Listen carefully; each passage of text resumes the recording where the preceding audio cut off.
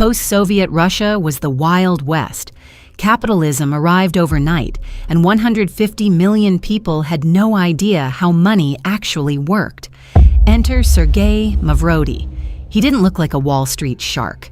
He wore cheap tracksuits, lived in a tiny apartment, and rarely left his room. No weapons, just a keyboard. Yet in less than a year, he built a financial monster so massive that it controlled 1/3 of the entire country's budget. He printed his own currency and convinced 15 million citizens that they were becoming overnight millionaires. When his multi-billion-dollar pyramid inevitably collapsed, it didn't just ruin lives, it triggered a national security crisis. But the real horror story, prison didn't stop him. Decades later, he used Bitcoin to do it all over again, on a global scale. This is how he did it. This is the untold story of Sergey Mavrodi, the world's most dangerous financial weapon and math genius.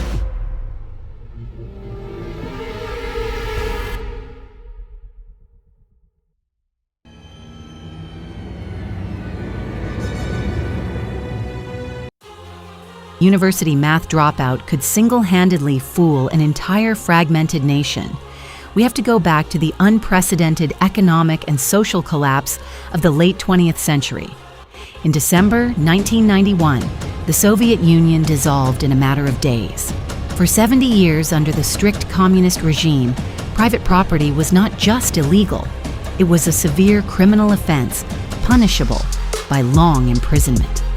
150 million people woke up in a completely new reality with absolutely no concept of inflation, stock markets, corporate shares, or basic financial investments.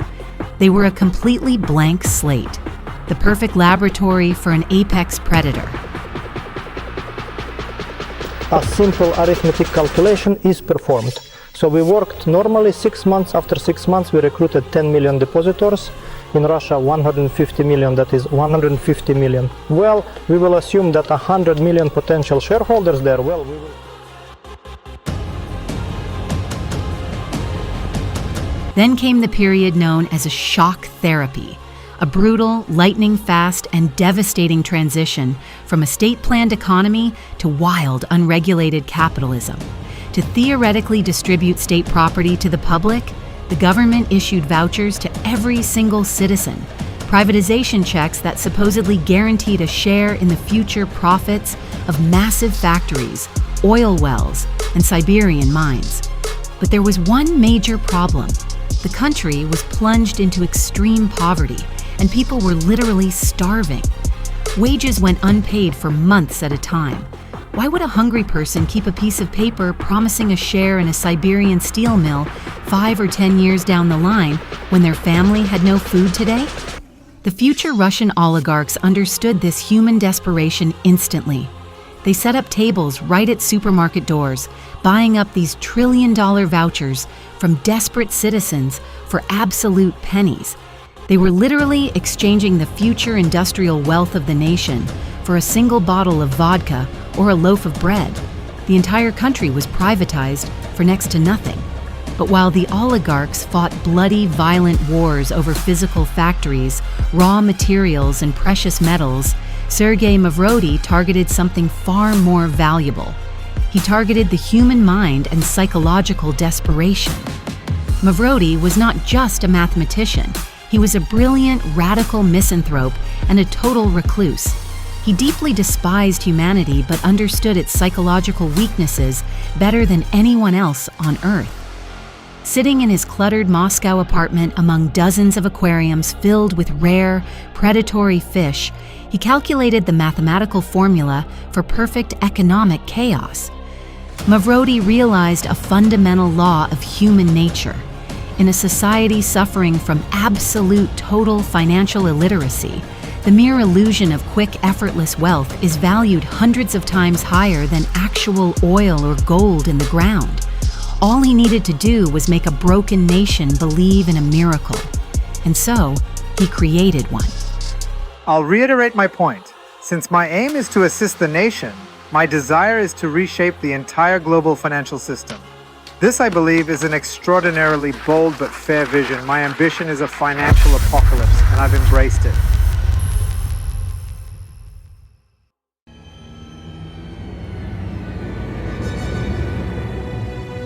Triple M, a platform where people can share money amongst each other and where people living in poverty can rise up and get out and break through and really belong to the middle class? Or is it a pyramid scheme where the people who are putting money into it are going to lose out eventually? I think the problem with Triple M is that all of these kind of schemes, and we'll go into why, yes, it is a pyramid scheme and why it is a pyramid scheme, is that all pyramid schemes have an ending. And unfortunately, it's often the poorest of the poor who are caught out at the end. In February 1994, Mavrodi opened the doors of the Joint Stock Company. To the untrained, naive eye of the public, it looked like a standard, legitimate Western investment fund. But inside, it was a black hole. Did not manufacture any goods, did not invest in tech startups, and did not buy real estate. Its inner mechanism was absurdly, brilliantly, and terrifyingly simple. The skyrocketing returns of old investors were paid entirely by the entry fees of the massive wave of new investors who joined today. It was a classic Ponzi scheme, but weaponized and scaled on a level the world had never seen before. But how do you get millions of cynical people to voluntarily hand over their final life savings to a fund that produces absolutely nothing? To achieve this, Mavrodi engineered the most aggressive, psychologically precise propaganda campaign ever witnessed in Eastern Europe. Hiring sharp financial experts in expensive Wall Street suits would have been a massive mistake. Everyday citizens had grown to hate the elites and wouldn't trust them.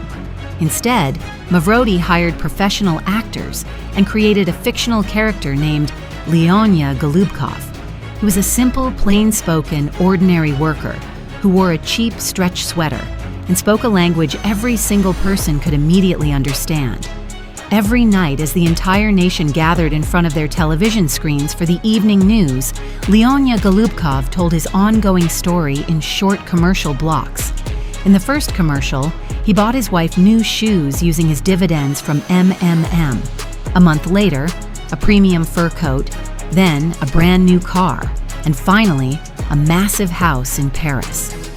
Leonya looked straight into the camera and delivered a marketing line that completely rewired the consciousness of millions.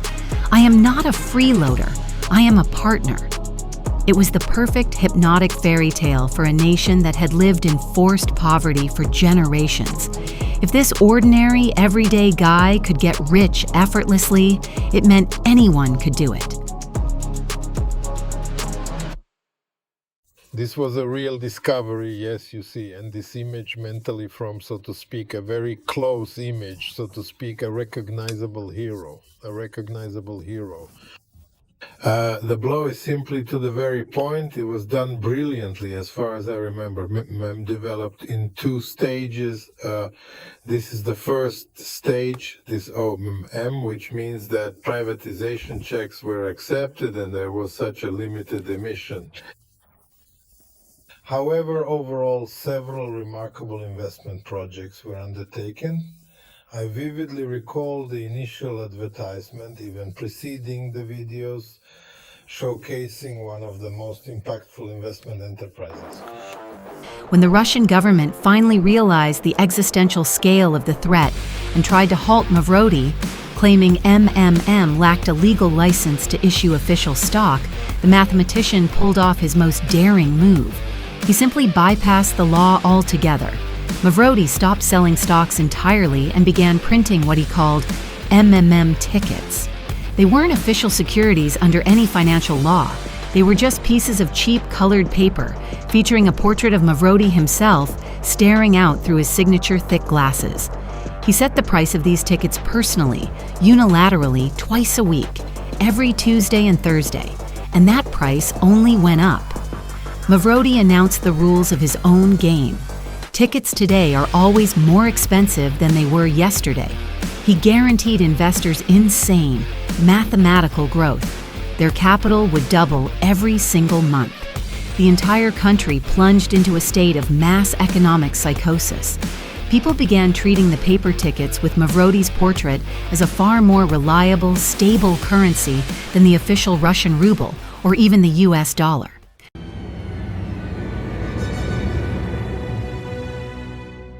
By the summer of 1994, the collective madness had hit a critical, explosive mass.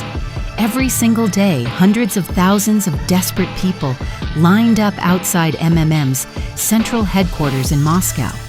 People stood in line through the freezing night, slept on the pavement, and literally fought each other for the right to hand over their cash to Mavrodi's clerks. The system was absorbing so much physical paper currency that Mavrodi's accountants completely gave up any attempt to count the bills. It was physically and logistically impossible to keep track of the volume. They no longer measured their wealth in millions or billions of dollars. They measured it by the room.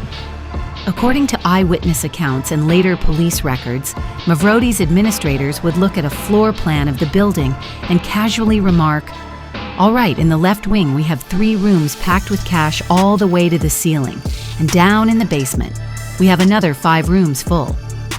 At its absolute peak, MMM accumulated an estimated 1/3 to 1/2 of all physical circulating cash in the entire Russian Federation. Mavrodi had effectively become the shadow puppet master of the entire national economy. He openly mocked President Boris Yeltsin on television and threatened the government, declaring that if he wished, he could easily mobilize his 15 million loyal, aggressive investors, call a national referendum, march on the Kremlin, and completely overthrow the regime within 24 hours. But the laws of mathematics are completely unyielding. Any financial pyramid is a fragile living organism that requires exponential, never-ending inflows of new donors to survive. In late July 1994, the system began to violently overheat. The government launched a massive media counteroffensive, warning of an imminent and total collapse. Panic struck the public like lightning. Millions of terrified people rushed to MMM offices to instantly withdraw their savings, but the cash desks slammed shut. On August 4th, 1994, elite Oman Special Forces commandos in full tactical gear and masks completely blockaded Mavrodi's headquarters. Officers rappelled down the roof, smashed through the windows, and stormed the building. Under heavy military guard, 17 armored Kamaz trucks packed to the absolute brim with confiscated cash were driven away from the MMM offices into the night. Where those billions of dollars vanished remains one of the greatest, darkest, unsolved mysteries in modern history. Mavrodi himself was arrested and thrown into a cell. Yet what followed next has absolutely no parallel in global criminology. It was pure, absurd political theater. Sitting inside a prison cell, Mavrodi managed to register himself as an official candidate for the Russian State Duma, the parliament. Under Russian law at the time, elected lawmakers held absolute, total criminal immunity. They could not be tried, investigated, or detained under any circumstances. In October 1994, the betrayed, financially ruined public actually went to the polls, voted for their own executioner, and elected Mavrodi to parliament. People genuinely believed that if he walked free, he would restart MMM and return their life savings. Mavrodi triumphantly walked out of prison, took his official seat, and never showed up for a single parliamentary session, using his political status exclusively as an unbreakable shield from justice.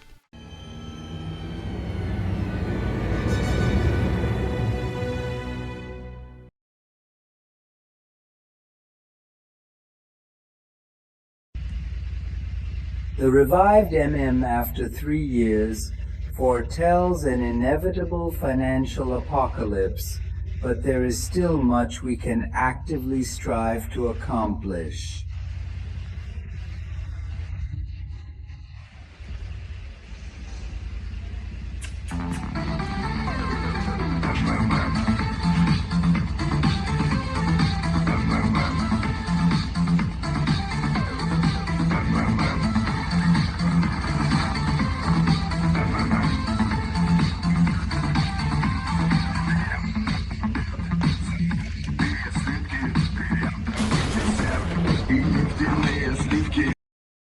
The first era of MMM ended in inevitable bankruptcy, the eventually forced stripping of his parliamentary immunity, years spent in deep underground hiding, and a subsequent 4-year prison sentence. It seemed the bizarre story was finally over.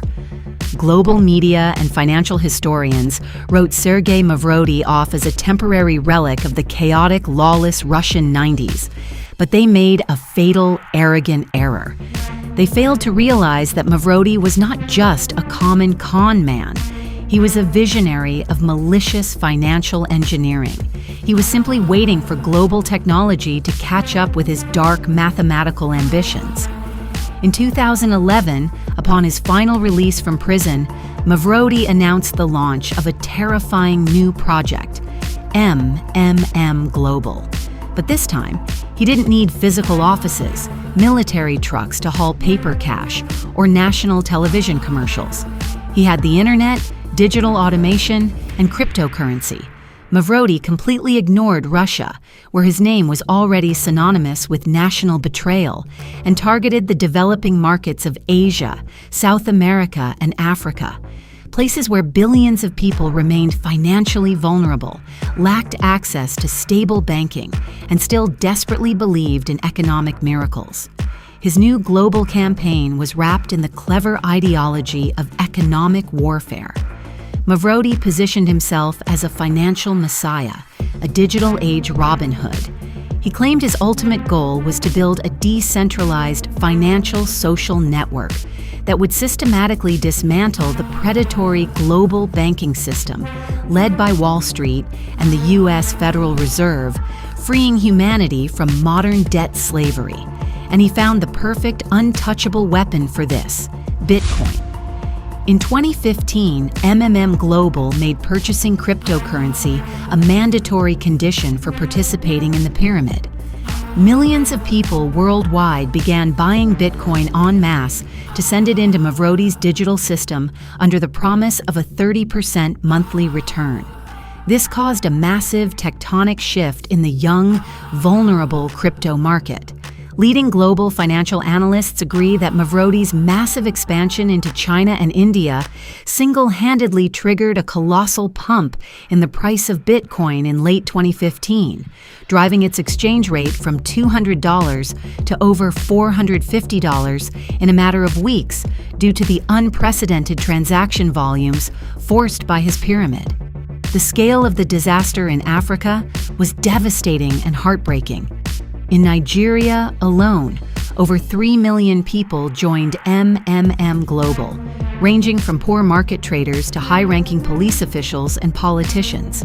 When Mavrodi once again hit the inevitable freeze system button in late 2016 and siphoned off all the digital funds, it wiped out an estimated $50 million belonging to the country's poorest citizens. This triggered the instant collapse of local credit banks, massive street protests, and a horrific wave of suicides across West Africa. Mavrodi had successfully proven that by combining the blockchain with basic human flaws, one could export economic chaos anywhere on the planet while remaining entirely out of reach of Interpol and international law. On March 26, 2018, Sergey Mavrodi suddenly collapsed at a lonely bus stop on the outskirts of Moscow. A random passerby called an ambulance, but it was already too late. The creator of the largest financial empire in history died in a public hospital ward from a sudden heart attack at the age of 62. He died in absolute total isolation. A man through whose hands tens of billions of dollars had passed left absolutely nothing behind. The vast digital fortunes completely evaporated into anonymous wallets, slipped into offshore accounts, and settled in the pockets of corrupt officials. He was buried in a closed coffin, with money raised by the very former investors who had once cursed his name. Sergey Mavrodi never sought a luxurious lifestyle, expensive supercars, mega yachts, or gold watches. He lived in Spartan, messy conditions, and wore that same cheap tracksuit until his final days. His ultimate drug was not money, but absolute pure control over a multi-million-headed crowd. He proved a chilling truth to the entire world. No matter how advanced our technology becomes, whether it is primitive television of the 90s or complex decentralized blockchain systems of the future, the ultimate security flaw never lies in the software code. It always lies in unchanging human greed.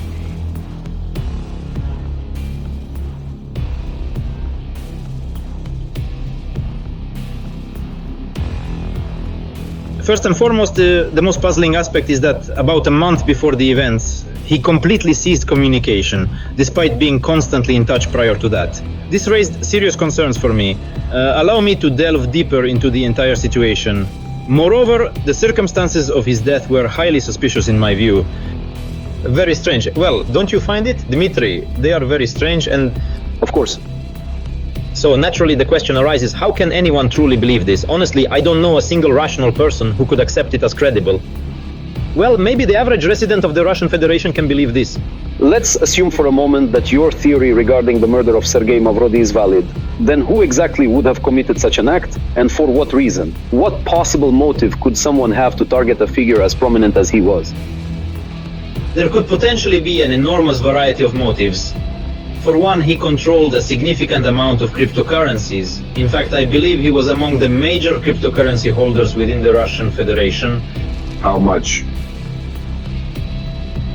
For a large sum. It's billions of dollars. Of course.